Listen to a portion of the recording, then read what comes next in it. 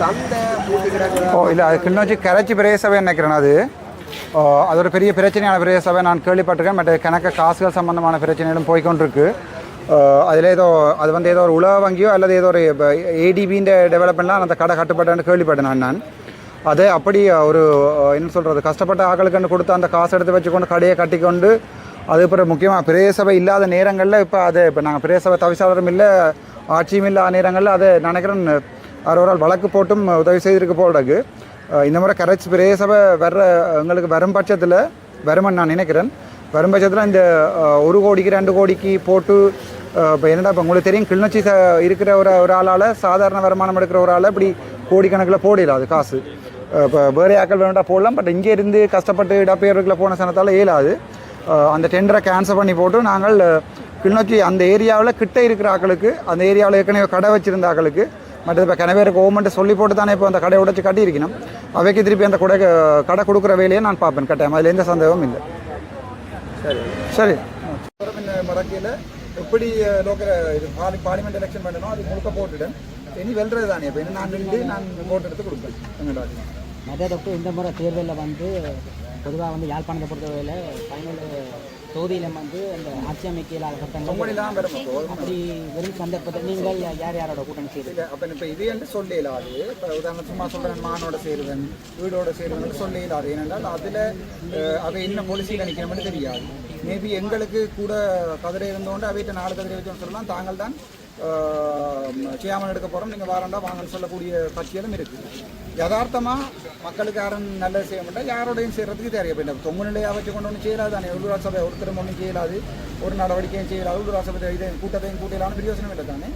அதில் 6 நல்லாக்கள், 6 மக்களோட அபிப்பிராயம் கூடினாங்களா, யாருக்கு ஓட் கூடினாங்கள், யாரோட சேர்ந்தா எங்களோட பேர் பெறுபடாத அவருக்கு அக்ரிமெண்ட் எழுதி தான் போகும். அவர் எங்களுக்கு குறைவு, கதிர குறைவு, வேறோட கட்சி கூட டாக்டர் வாரீங்கன்னு கேட்டால் அப்பவும் அக்ரிமெண்ட் எழுதி தான் போகும். எங்களோட பாலிசி இது. எங்களோட இருக்கிறாக்கள் கோட்ஸால் தீர்ந்தா இதை வழக்கல் தீர்த்தா நாங்கள் கட்சியோடு நிற்பாட்டோம். அப்போ உங்களோடையும் நாங்கள் வரையில உங்களுக்கும் அதே பாலிசிக்கு உடன்படுறீங்கன்னா ஓகேன்னு வருவோம். அதே டாக்டர் இந்த முறை யாழ் மாவட்ட மாணவர் சபையை நீங்கள் கைப்பற்றினா எப்படியான செயற்பாடுகளை முன்னெடுக்கும்? முக்கியமாக எங்களோட யாழ்ப்பாணத்தில் கிளீனிங் என்ற பெரிய பிரச்சனை. Fibre system, quality management, planning unit ஒன்றுமே இல்லை. நான் ஒரு ஹாஸ்பிட்டல் அட்மினிஸ்ட்ரேஷன் தெரிஞ்சபடியா, கௌசல்யா இருக்கிறபடியா நான் அதை ஒரு சயின்டிஃபிக் மெத்தட் அப்ரோச்சாக கொண்டு போவேன். இப்போ சும்மா ஃபைனல் தொகுதியில் அந்த ஆட்சி அமைக்கையிலான சட்டங்கள் அப்படி வெறும் சந்தர்ப்பத்தில் நீங்கள் யாரோட கூட்டணி செய்யுது இல்லை. அப்போ இப்போ இது என்று சொல்லலாது. இப்போ உதாரணம் சும்மா சொல்கிறேன், மானோட சேருவன் வீடோட சேருவன் சொல்லலாது. ஏனென்றால் அதில் அவை என்ன பாலிசியில் நிற்கணும்னு தெரியாது. மேபி எங்களுக்கு கூட கதிரை இருந்தோண்டு அவைகிட்ட 4 கதிரை வச்சோன்னு சொல்லலாம். தாங்கள் தான் சேமன் எடுக்க போகிறோம், நீங்கள் வாரண்டா வாங்கன்னு சொல்லக்கூடிய கட்சிகளும் இருக்குது. யதார்த்தமாக மக்களுக்கு யாரும் நல்லது செய்ய மாட்டேன், யாரோடையும் செய்கிறதுக்கு தெரியும். இல்லை தொங்கு நிலையாக வச்சு கொண்டு ஒன்றும் செய்யலாது தானே. உள்ளூராட்சி சபை ஒருத்தரும் ஒன்றும் செய்யலாது, ஒரு நடவடிக்கையும் செய்யலாது. உள்ளூராட்சி சபை இதை கூட்டத்தையும் கூட்டலான பிரயோசனம் இல்லை தானே. அதில் 6 நல்லாக்கள், 6 மக்களோட அபிப்பிராயம் கூடினாங்கள், யாருக்கு ஓட் கூடினாங்கள், யாரோட சேர்ந்தாங்கன்ற பேர் கெடுபடாத அவருக்கு அக்ரிமெண்ட் எழுதி தான் போகும். அவர் எங்களுக்கு குறைவு, கதிர குறைவு, வேறொரு கட்சி கூட டாக்டர் வாரீங்கன்னு கேட்டால் அப்பவும் அக்ரிமெண்ட் எழுதி தான் போகும். எங்களோட பாலிசி இது. எங்களோட இருக்கிறாக்கள் கோட்ஸால் தீர்ந்தா இதை வழக்கல் தீர்த்தா நாங்கள் கட்சியோடு நிற்பாட்டோம். அப்போ உங்களோடையும் நாங்கள் வரையில உங்களுக்கும் அதே பாலிசிக்கு உடன்படுறீங்கன்னா ஓகேன்னு வருவாங்க.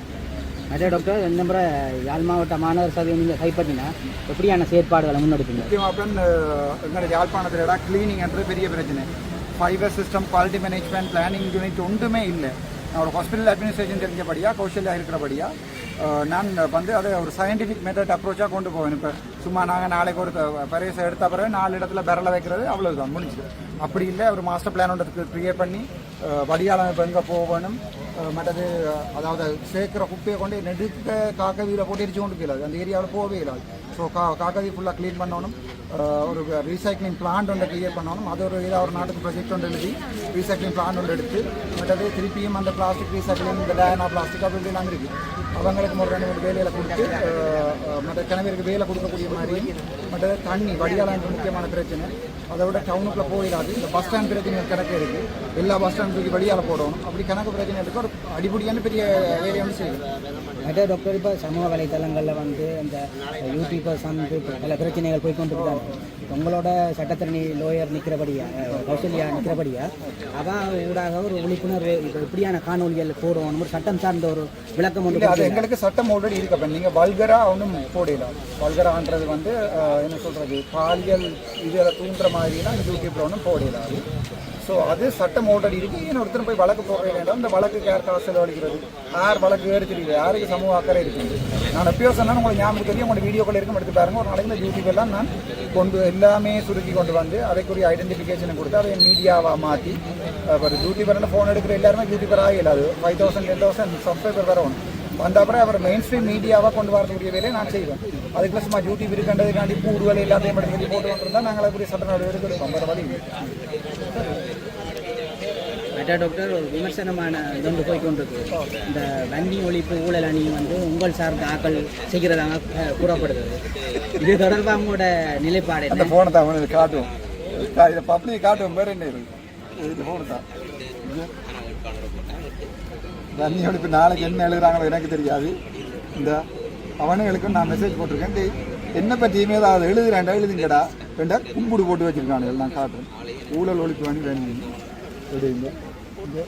அவன் வந்து போட்டேன், நான் வாய்ஸ் போஸ்ட் போட்டேன். நான் எங்கள் இந்த அதை வேணும்டா காட்டுறேன்.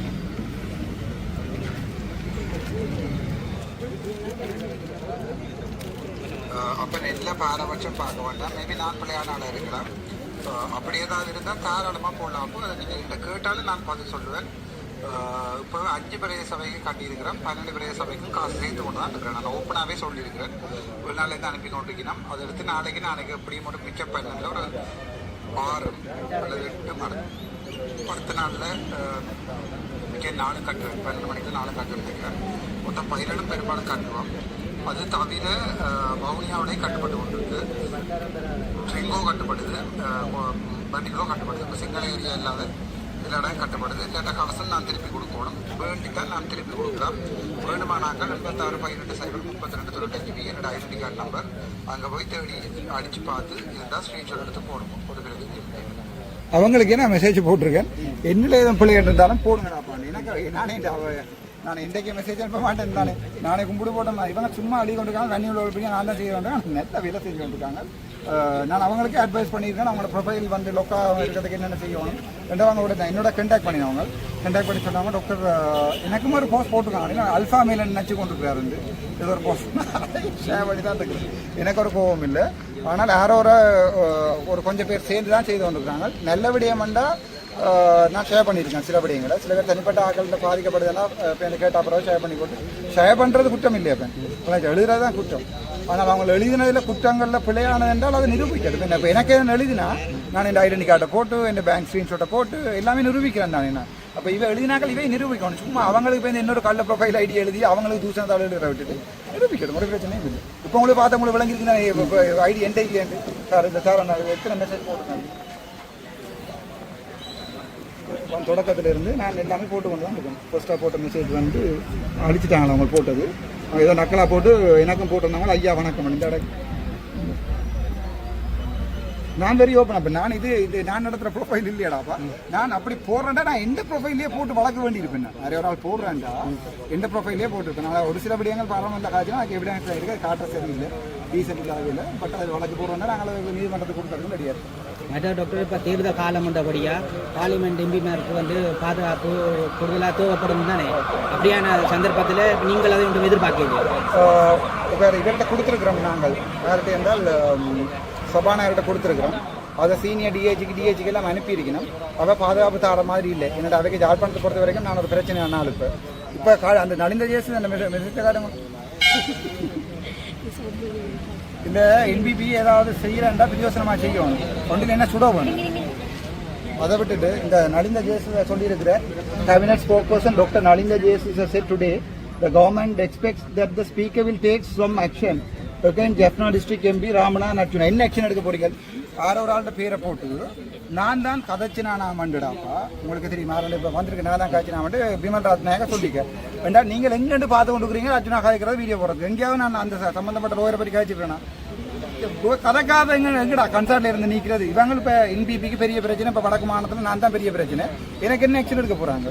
நானே ஆகஸ்ட் விட்டுட்டு மாகாண சபைக்கு வந்துட்டேன். இவங்க இப்போ நான் யோசிக்கல என்பிபி இப்படி கீழ்த்திரமா எல்லாம் ரங்கு பண்ணி இப்படி இப்போ அமைச்சர் சந்திரசேகருக்கு அடிக்கடி அடிச்சிட்டேன். இப்போ இவ வந்து முதல் என்னட்ட கேட்டு கொண்டு வந்தவ டாக்டர் சமாதானமாக போக மாட்டோம், சமாதானம் போக மாட்டோம் பார்த்தா இவ என்ன நியூட்ரலைஸ் கொண்டு நாங்கள் எப்படி தலைவரை 2002ஆம் ஆண்டு சமான உடன்படிக்கைன்னு சொல்லி போட்டு அது பிறகு இவங்க ஆயுதம் எல்லாத்தையும் சேர்த்து அடியடி நடித்தாங்களோ அந்த மாதிரி என்ன எங்களுக்கு தங்களுக்கு அடிக்க வேணாம்னு சொல்லி போட்டு சமாதானம் சொல்லிட்டு இவ உள்ளுக்குள்ளால போய் நான் சேர்த்த உள்ளூராட்சி ஆக்களுக்கெல்லாம் 50,000 20,000 கொடுக்குறாண்டெல்லாம் கழிச்சிருக்கணும். கொடுத்துட்டு நம்ம கொடுக்கல எனக்கு தெரியாது. அதெல்லாம் எனக்கு முதல் வாரண்டு முக்கியமாக துணுக்கா பக்கம் இருந்து வாரண்டு எல்லாரும் சில பேர் அங்கே போயிட்டு நான் போஸ்டர் போட்டிருக்கேன் அந்த காசை மணிக்கு நீங்கள் ஓடியாங்கிறாங்க.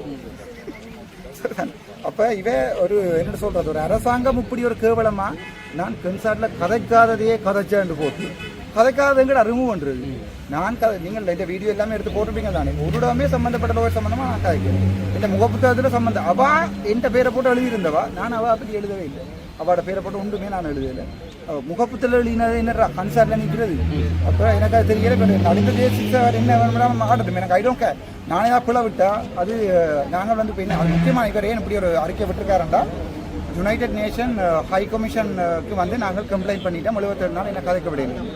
ஸோ அது ஒரு எங்கள்கிட்ட உங்களுக்கே தெரியும் எங்கள்கிட்ட முள்ளிவாய்க்கால் படுகொலை ஒரு இன அழிப்பு படுகொலைன்றதை இவை ஏற்றுக்கொள்ளாமல் எங்கள்கிட்ட ஜனாதிபதியே சொல்லியிருக்காரு அங்கே இன அழிப்பு நடக்கலை என்று. சர்வதேச விசாரணையை எங்களோட சுமந்திரனாக்கள் கூட்டி கொடுத்து விபச்சாரம் செய்து கடைசியாக அந்த சர்வதேச விசாரணை இல்லாமல் பண்ணிடணும்.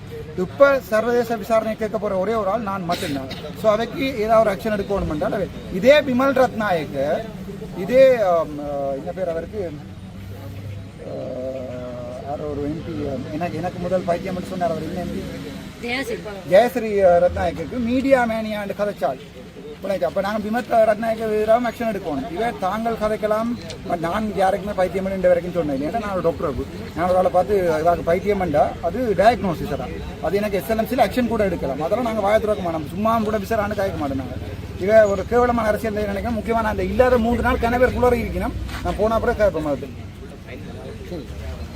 சரி.